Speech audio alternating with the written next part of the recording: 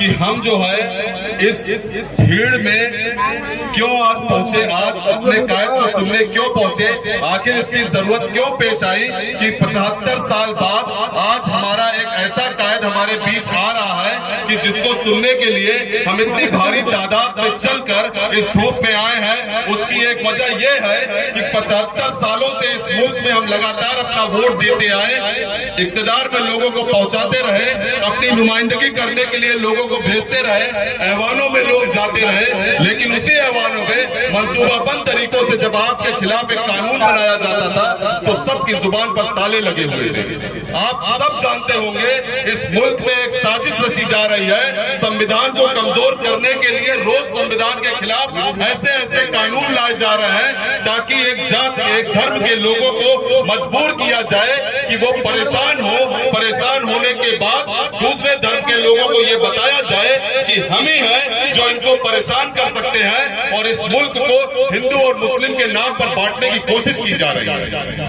आप पहचानिए ऐसे लोगों को कि जब इस देश में महात्मा गांधी ये कहा करते थे नहीं, इस देश को टूटने नहीं देना है, इस देश को जोड़कर रखना है, लोगों का अपना हक है, मुसलमानों को यहाँ पर जीने का अधिकार है, उनको अपने धर्म को मानने का अधिकार है, उनको अपने धर्म के हिसाब से चलने का अधिकार है, अपने धर्म के हिसाब से खाने पीने का अधिकार है, अपने धर्म को पूरी तरीके से आजादी के साथ मान सकते हैं। लेकिन उस वक्त भी ऐसे लोग मौजूद थे, गोडसे की शक्ल में, आरएसएस की शक्ल में, जनसंघ की शक्ल में ऐसे लोग थे जो महात्मा गांधी की बातें जिनको अच्छी नहीं लगी, और वो लोग इस देश के राष्ट्रपिता महात्मा गांधी को कत्ल करने का काम किया। ऐसे ही लोग आज इस मुल्क में, इस उत्तर प्रदेश में हुकूमत कर रहे हैं, और जब हुकूमत करने आते हैं तो वो बताते हैं कि तुम फिक्र मत करो, 80 और 20 की ये लड़ाई हो चुकी है, 80 उनके साथ है और 20 को वो छोड़ चुके हैं। इस मुल्क का संविधान ऐसा है जिस संविधान में ये कहा गया है कि इस देश में बसने वाले हर इंसान को उसके धर्म के हिसाब से चलने का हक है। आज आप देखते होंगे कि इसी कर्नाटका में हमारी बहनों के सरों से हिजाब उतार लिया जाता है और ये कहा जाता है कि तुम हिजाब लगा के स्कूल नहीं जा सकते।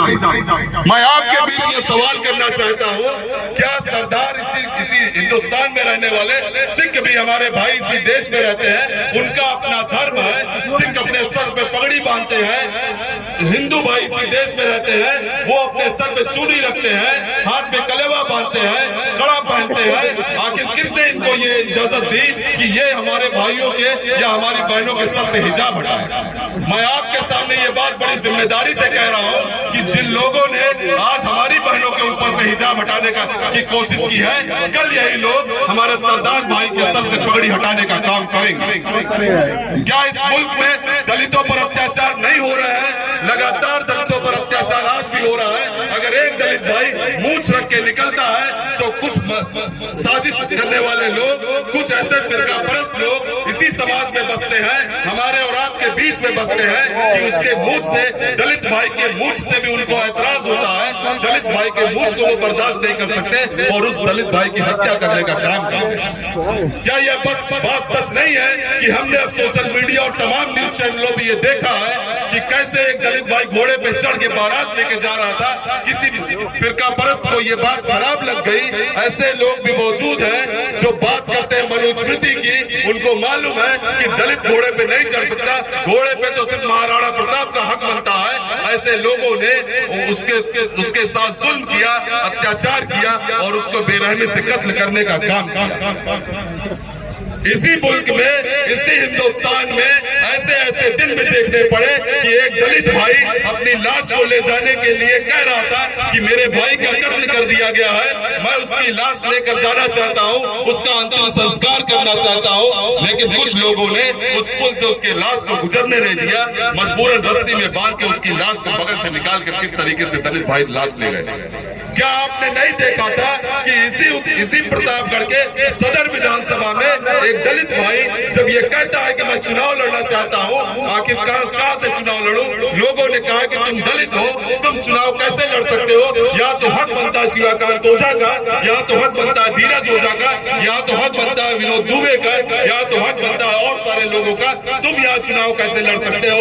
उस वक्त हमारे इस प्रत्याशी को हमारे उत्तर प्रदेश के सदर जनाब शौकत अली साहब बुलाते हैं और कहते हैं अनिल सरोज जाओ तुम क्षेत्र में तैयारी करो, तुमको कोई टिकट नहीं दे रहा है, तुमको MIM टिकट देगी, तुमको ऑल इंडिया मजलिस इत्तेहादुल मुस्लिमीन टिकट देगी, तुम जाओ दलितों की बात उठाओ, शोषितों की बात उठाओ, वंचितों की बात उठाओ, मुसलमानों के हक की बात उठाओ, तुम जो भी मजलूम हो, अगर वो ब्राह्मण भी मजलूम है, अगर वो ठाकुर भी मजलूम है, जुल्म उसके ऊपर भी होता है, तो जालिम किसी का नहीं होता, जालिम के खिलाफ आवाज उठाने वाले बनो, जाओ रानीगंज में तैयारी करो। पिछले 6 महीने से ये इंसान लगातार आपके बीच में है, मेहनत कर रहा है, इसके ऊपर हमला होता है, गोली चलाई जाती है, एक साजिश की जाती है, इसको मारने की प्लानिंग की जाती है, लेकिन उसके बाद भी इसके कदम नहीं डगमगाते हैं।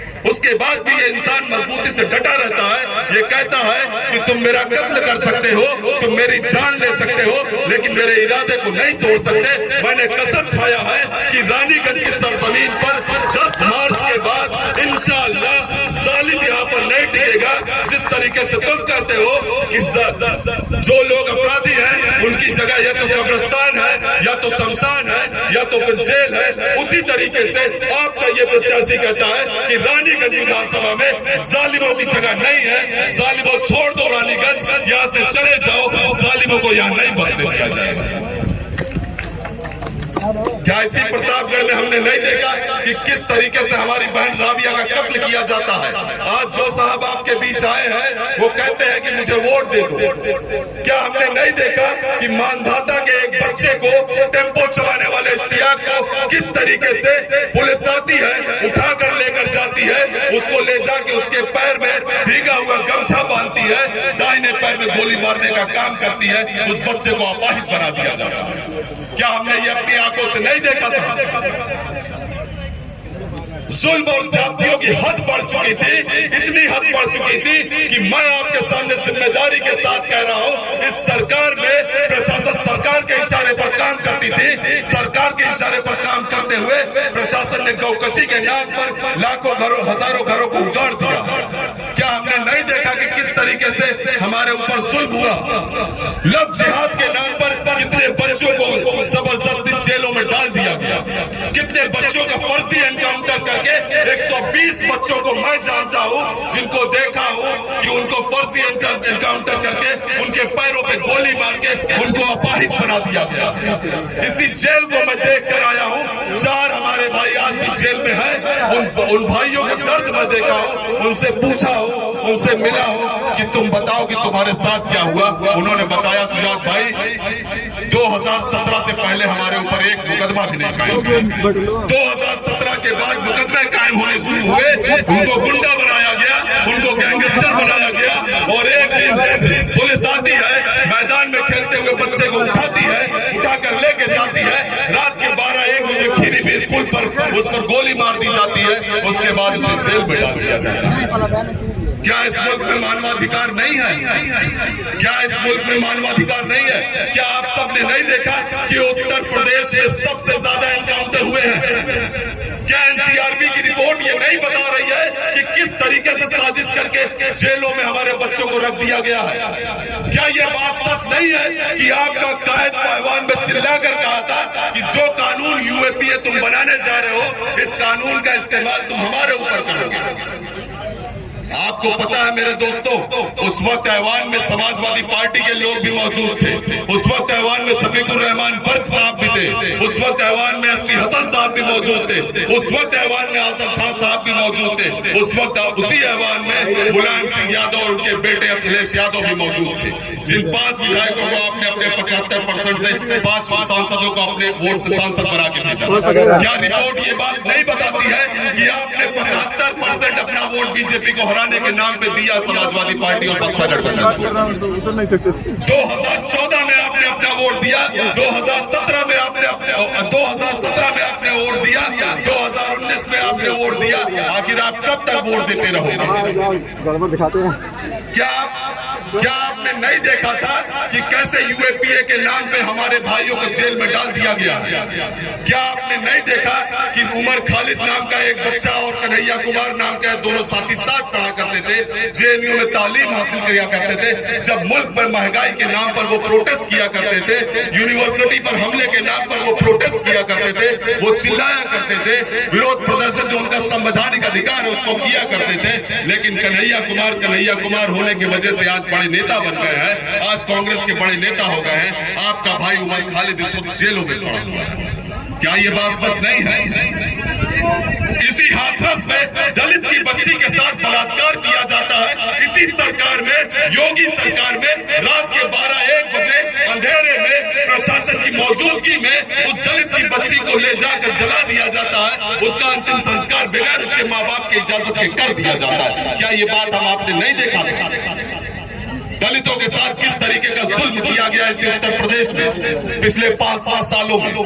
क्या हमने नहीं देखा कि मीडिया के लोग जब कवर करने जा रहे थे, सिद्दीक कप्पर नाम का एक शख्स जब गया वहां पर और वो अपने कैब ड्राइवर को कहा कि मुझे ले चलो मेरठ, मैं हाथरस जाना चाहता हूं, मैं उस स्टोरी को कवर करूंगा, मैं लोगों को सच्चाई दिखाऊंगा, मैं बताऊंगा कि इस देश में दलित और मुसलमान होना कितना मुश्किल हो गया है। उस सिद्दीक कप्पर पर यूएपीए लगाकर आज जेल की काली कोठरी में डाल दिया गया। क्या हमने परसों की खबर नहीं देखी है कि जीशान नाम के 18 साल के बच्चे को सिगरेट चोरी के नाम पर गिरफ्तार करती है पुलिस, तिहाड़ जेल में रखती है, जीशान का मर्डर कर दिया जाता है, तिहाड़ जेल में कस्टोडियल डेथ होती है, कस्टोडियल डेथ होने के बाद उसको कहा जाता है कि वो तो बीमार। क्या हमने अपनी आंखों से ये सब नहीं देखा? किस बुनियाद पर हम वोट दे दे? आज वहां से चलकर विश्वनाथगंज से पिछले 10 साल से वो विधायक था, वही विश्वनाथगंज में क्या क्या जुल्म नहीं हुआ है, क्या क्या नहीं किया गया है। इसी ऐवान में वो शख्स मौजूद हुआ करता था, वही लव जिहाद के नाम पर कानून बनता था, वही गौकशी के नाम पर कानून बनता था और वो उस कानून का समर्थक हुआ करता था। और अब वो यहाँ पर आकर रानीगंज में आपके वोट पर दांव लगा के बैठे।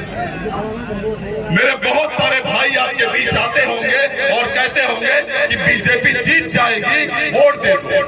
यही कहते हैं कि बीजेपी को अगर हराना है तो समाजवादी को वोट दे दो। इस दलित के भाई के पास जो आज आपका प्रत्याशी है, लोग ये भी बताने का काम करते हैं कि इसके पास तो सरोज का वोट नहीं है, इसके पास तो हमारे दूसरे बिरादरी का वोट नहीं है। मुसलमानों, तुम अपना वोट खराब मत करो, तुम इसको वोट दे दो, तुम इसको वोट मत दो, बीजेपी को हराने के लिए समाजवादी को वोट दे दो। क्या ये बात नहीं कही जा रही है आपसे? ये बात आपसे कही जा रही है तो उनसे सवाल पूछिए, उनसे सवाल करिए, क्या जो दलित इस विधानसभा बनने के बाद लगातार राम श्रोमण शुक्ला को वोट देता आया, धीरज ओझा को वोट देता आया, शिवाकांत ओझा को वोट देते आया, शकील भाई को वोट बसपा के नाम पर देते आया, वो दलित क्या अपने भाई को वोट नहीं देगा? किस बुनियाद पे वो दलित अपने भाई को वोट नहीं देगा? आखिर विधायक अगर बनेगा तो उसका अपना भाई विधायक बनने जा रहा है। रानीगंज में इतिहास लिखा जाएगा तो दलितों का इतिहास लिखा जाएगा कि तुम अपने बीच के विधायक को बनाने जा रहे हो। मेरे भाई 58,000 वोट आपने शकील भाई को दिया था, एक मजबूत शख्स थे, आपके बीच रहा करते थे, अपनी पार्टी का झंडा लेकर रात दिन दौड़ा करते थे, अपने नेता का जय जयकार किया करते थे। लेकिन आपने देखा नहीं कि कैसे उन्हें रुस्वा किया गया, कैसे उन्हें टिकट के नाम पर जलील किया गया। क्या आपने ये बात अपनी आंखों से नहीं देखी?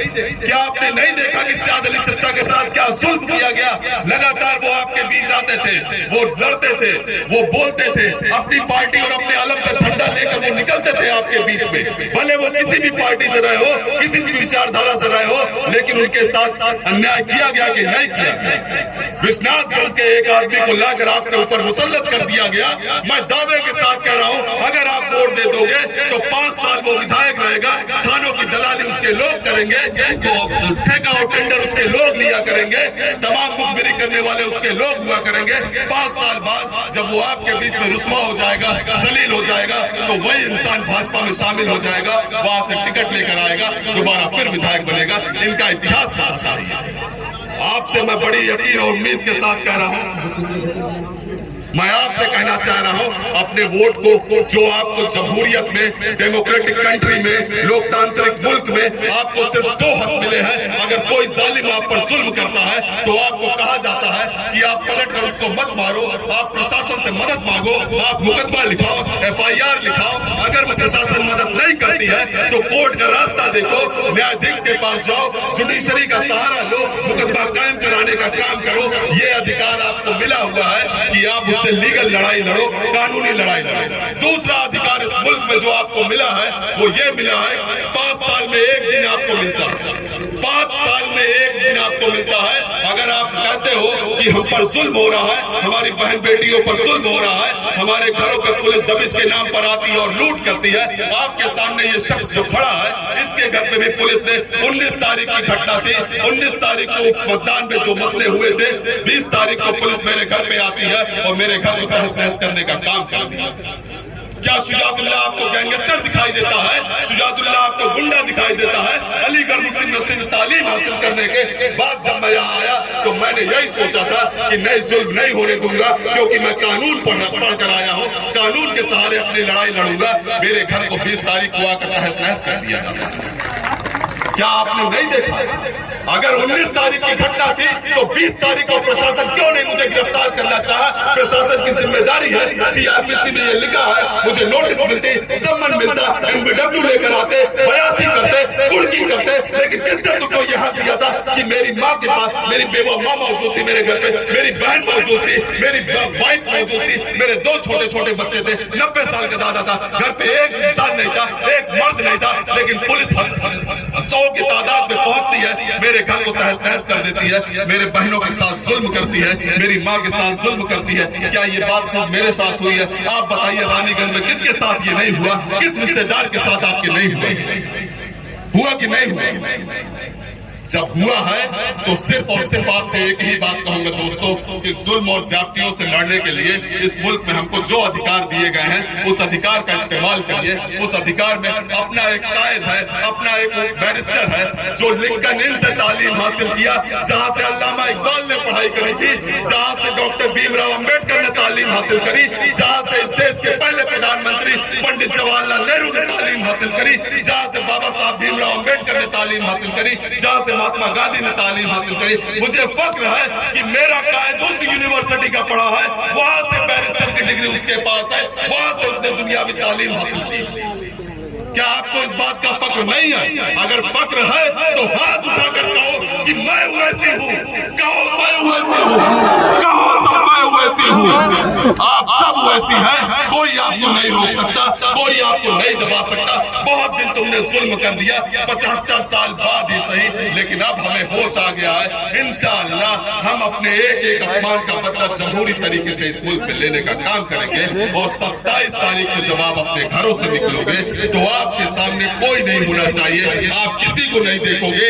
आपको अगर अनिल सरोज से कोई दिक्कत है वो भूल जाइए अनिल सरोज को, शुजातुल्लाह से कोई दिक्कत है तो भूल जाइए शुजातुल्लाह को, सलीम अंसारी से कोई दिक्कत है भूल जाइए सलीम अंसारी को, शौकत साहब से कोई दिक्कत है मैं कहता हूं उन्हें भी भूल जाओ। लेकिन याद रखो, मुल्क में 100 साल बाद अगर कोई नेता आपको मिला है, कोई रहबर मिला है, तो उसका नाम बैरिस्टर असदुद्दीन ओवैसी है, उसका नाम बैरिस्टर है, उसका नाम बैरिस्टर असदुद्दीन ओवैसी है। मेरे भाइयों, एक इल्तिजा करूंगा आपसे, एक इल्तिजा आपसे कर रहा हूं कि आप 27 तारीख को वोट देने जाओ। 27 तारीख को बहुत अहम दिन मानकर जाना। कोई आपके मोहल्ले में, कोई आपके गांव में आकर ये बता रहा है कि धीरज ओझा चुनाव जीत जाएगा। मैं बड़ी जिम्मेदारी के साथ कह रहा हूं कि धीरज ओझा को हराने के चक्कर में आप मत पड़ना। आप विधायक बना चुके हो, लोगों के चूल्हे हिल चुके हैं, आपका विधायक बन चुका है। 27 तारीख सिर्फ एक फॉर्मेलिटी होने जा रही है, 10 तारीख को गिनती एक फॉर्मेलिटी होने जा रही है। आपने अपने वोटों से, अपनी तादाद से इस बात को साबित किया था कि 58,000 वोट शकील भाई पाए थे। अगर उसमें से 30,000 वोट भी मैं मुसलमानों का मानता हूं तो 38,000 वोट शिवाकांत ओझा पाए थे। शिवाकांत ओझा साहब जो वोट पाए थे उसमें भी 10,000, 20,000 वोट, 15,000 आपके थे। आपकी तादाद 50,000 वोट यहाँ पड़ने जा रहा है। अगर बंबई, सऊदी और पूना और गुजरात में रहने के बाद भी आप वोट करोगे तो आपका वोट 50,000 की तादाद है। 20,000 से 25,000 दलित भाई अगर इनका साथ देंगे तो ये 75,000 से 80,000 वोट पाकर विधायक बनने जा रहे हैं। रानीगंज का समीकरण बदल चुका है, याद रखो रानीगंज का समीकरण बदल चुका है, हमने सबको देख लिया। आपके पास मौका है, दोबारा ये मौका नहीं आएगा। अपने मौके को समझो, मौके की गनीमत को समझो और 27 तारीख को अपने घरों से निकलो। सुबह उठो, उठने के बाद तहज्जुद की नमाज पढ़ो, दुआ करो, अल्लाह से कहो है अल्लाह तूने जिस जमहूरी निजाम में हमें पैदा किया है, इस कानून को मानना तूने हम पर फर्ज किया है। ऐ अल्लाह, हमने तेरे कानून को मानते हुए, इस मुल्क के कानून को मानते हुए हम पर जो जुल्म हुआ, जो ज्यादती हुई, उस ज्यादती का हमारे पास कोई रास्ता नहीं है। हमको इस मुल्क का कानून कहता है कि अपने वोट से बदला लो, हम अपने वोट से बदला लेने जा रहे हैं। लेकिन अल्लाह मेरी कोई ताकत नहीं है, ताकत तो सिर्फ तेरी है, ताकत तो सिर्फ अल्लाह तू दे सकता है। अल्लाह तेरे सिवा हमारा कोई नहीं है। ऐ अल्लाह, अगर तू चाहेगा तो गैब से मदद करेगा, गैब से मदद करेगा। और जब 10 तारीख को काउंटिंग होगी तो आपको यकीन नहीं होगा कि इतने वोट पड़े हैं, इतने वोट पड़े हैं। अपने घर की बहनों को, अपनी माओ को, अपनी बीवियों को, अपनी बेटियों को कहिए कि वोट देने 7 बजे निकलकर पहली लाइन लगाएं, अपने घर पर चूल्हा ना जलाएं, बच्चों का नाश्ता ना कराएं, रोजे की हालत में निकलो, अल्लाह से दुआ करके निकलो और जाकर वोट देने का काम करो। जब आप वोट देकर लौटोगे तब अपने घर का चूल्हा जला लेना, तब अपने घर का चूल्हा जला लेना, अपना वोट देने का काम करो। वरना 12 बजे और 1 बजे का इंतजार करोगे, लौट कर वापस आओगे, पता लगेगा कि तुम्हारा वोट तो पड़ चुका है। जमहूरियत में अपने एक एक वोट पर अपना दावा रखो, ये मेरा वोट है। मैं आज आप सबके माध्यम से, इस अवाम के माध्यम से ये कहना चाह रहा हूँ कि जो भी हमारे भाई अपनी रोजी रोटी के तलाश में बाहर है, बाहर मतलब कि हिंदुस्तान के किसी कोने में है, अगर सऊदी में है तो उनको छोड़ दीजिए, लेकिन अगर वो बंबई में है, गुजरात में है, पूना में है, दिल्ली में है, तो उनको फोन लगाइए, उनको कहिए अरे मेरे भाई ट्रेन जा रही है भैया, हाँ ट्रेन जा रही है, हेलीकॉप्टर भी आ रही है, हेलीकॉप्टर आ रही है आपके बीच, आपका मकबूल लीडर भी आ रहा है आपके बीच, आ रहा है आपका लीडर। इंशाअल्लाह इनकलाब यहीं से उठेगा, इसी गाजी के बाद से उठेगा। 4 दिन हमारे पास प्रचार का और समय है। एक एक भाई वैसे बनकर निकल जाओ, प्रचार में प्रचार करो और अपने लीडर को जिता कर भेजो, अपने घरों के बहनों को वोट देने का काम करिए, दिलवाइए। बहुत बहुत शुक्रिया आप सबका। प्लीज